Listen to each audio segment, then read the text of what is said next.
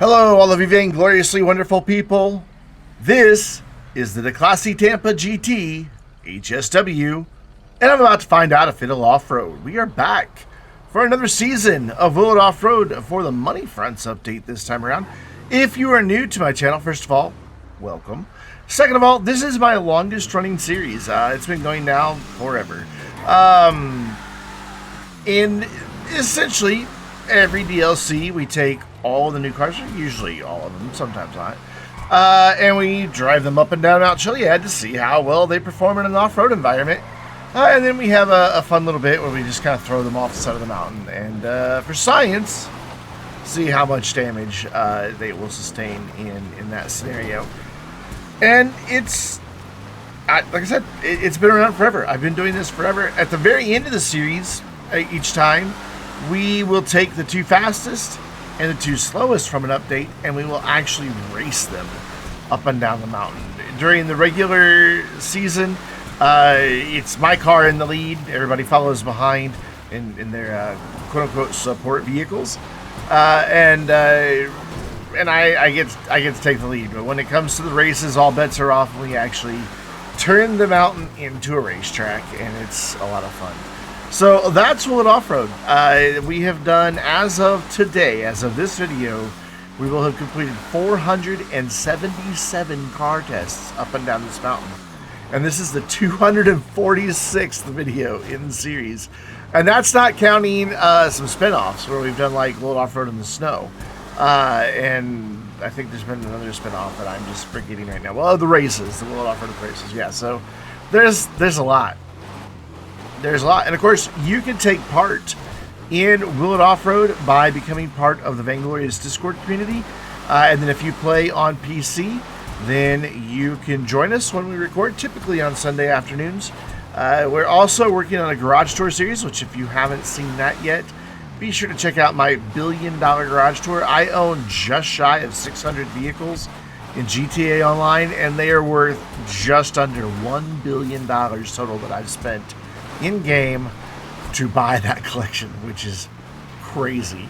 But yeah, you can take part, and even if you don't play on PC and you just want some chill gamers to hang out in a smaller, friendlier community, then the Vainglorious Discord is the one you want to check out. We have gamers from all platforms playing all sorts of different games, so you're bound to find somebody that's talking about the game or that you're interested in. So, the Tampa is obviously less than ideal for off-road situations. This does have the HSW modification.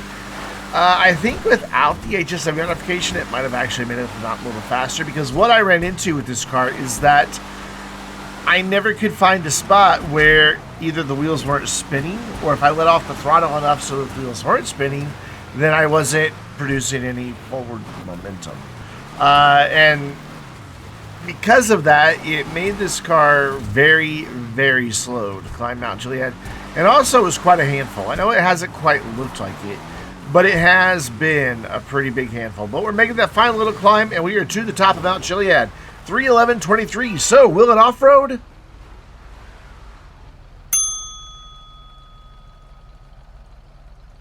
I mean, the video overlay went ding, so I mean, we have to say yes on a technicality, but I would highly advise against it. It was not a pleasant run. I mean, in a way it is. This car, I like the cars from the Money Fronts update because they all present some unique characteristics that we've not really seen a lot in GTA Online before. Like this one, for instance, really conveys the weight and length of the car, just the size of the car, but it also really does a good job at recreating how drum brakes work, and to say that they don't. That's why I'm taking it a little bit easy going down the mountain. I was fully expecting that I would fall off the mountain several times. I think the car in the top right hand corner being driven by the British Brandon, aka Raven, aka 20,000 other names he's been known by, but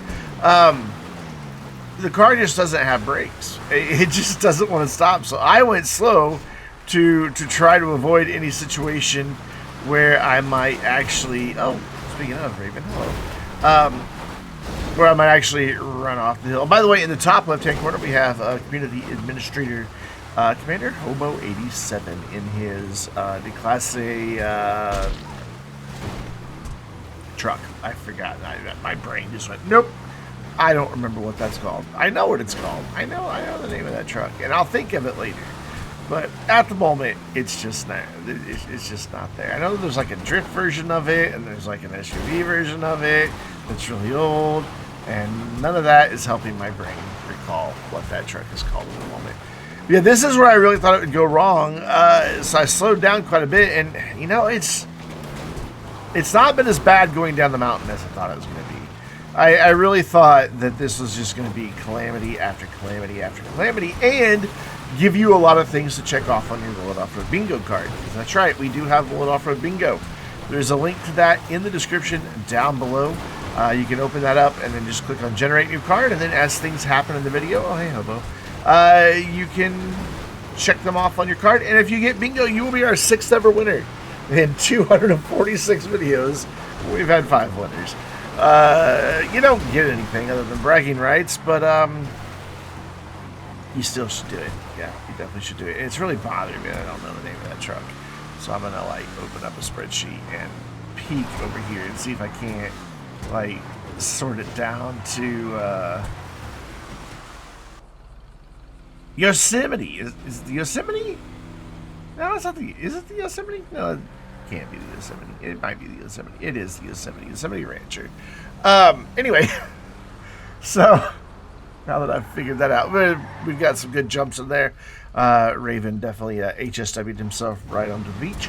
But we're back at the top, where for science, we fling the cars off the side of the mountain to very methodically determine exactly how much damage they're going to take. Scientific method being applied here. You know, we have a hypothesis, throw a car off the mountain, it will go scratch and crunch.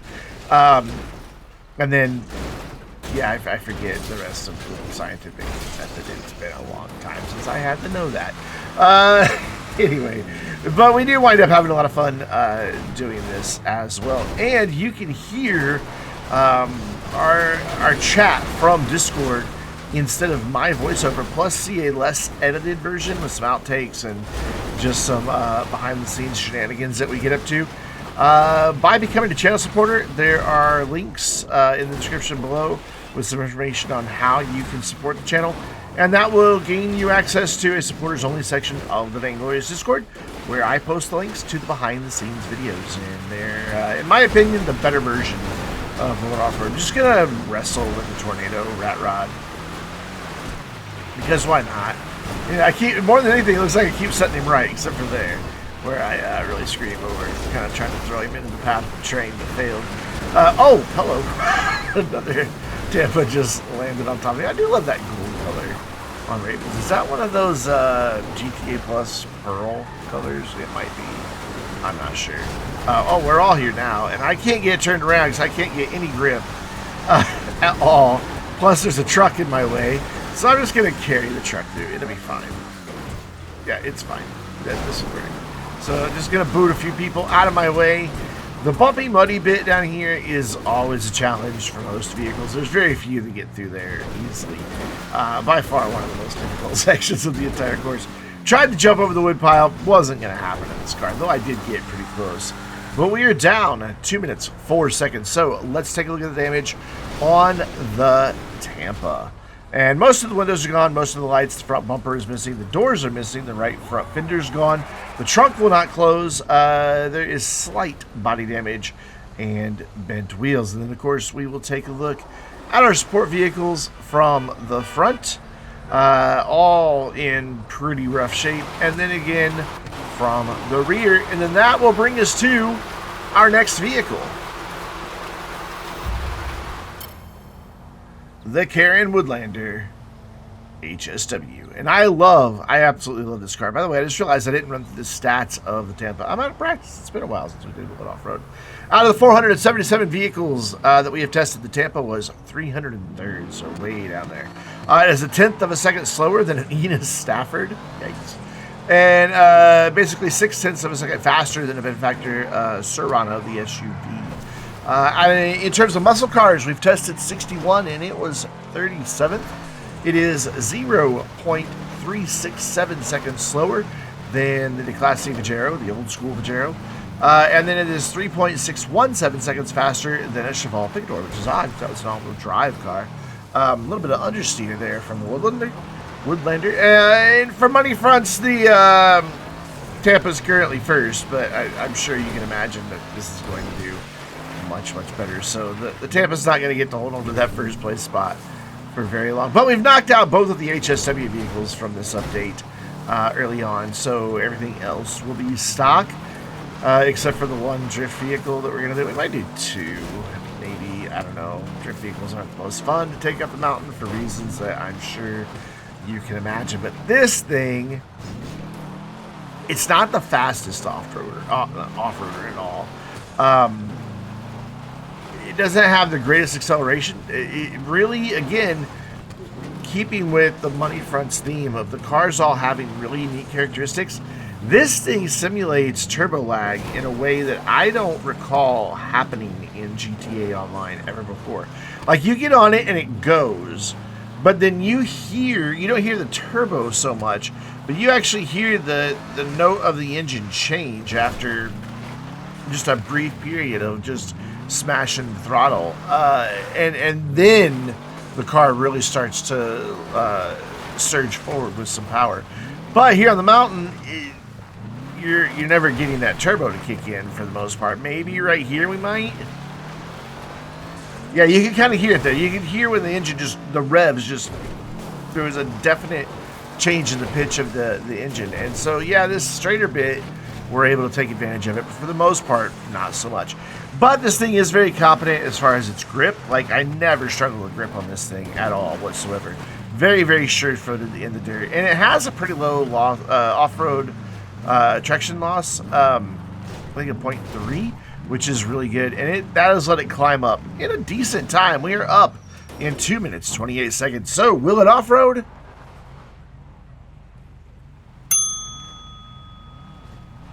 Absolutely, yes. If you're looking for something that doesn't necessarily need a ton of speed, but still very reliable and a still respectable time, under 2.5 minutes is really good. That 228.10 puts the Woodlander at 26th out of 477, just missing that top 25. Though I guess if we take out the helicopter that we did as a joke, it would be top 25. Oh, hey, there's a minivan. Yes, Finn's like, I'll take an HSW all-wheel drive car up the mountain, and I think he regretted it. I don't think he had a very good time. But this is 26 out of 477 vehicles.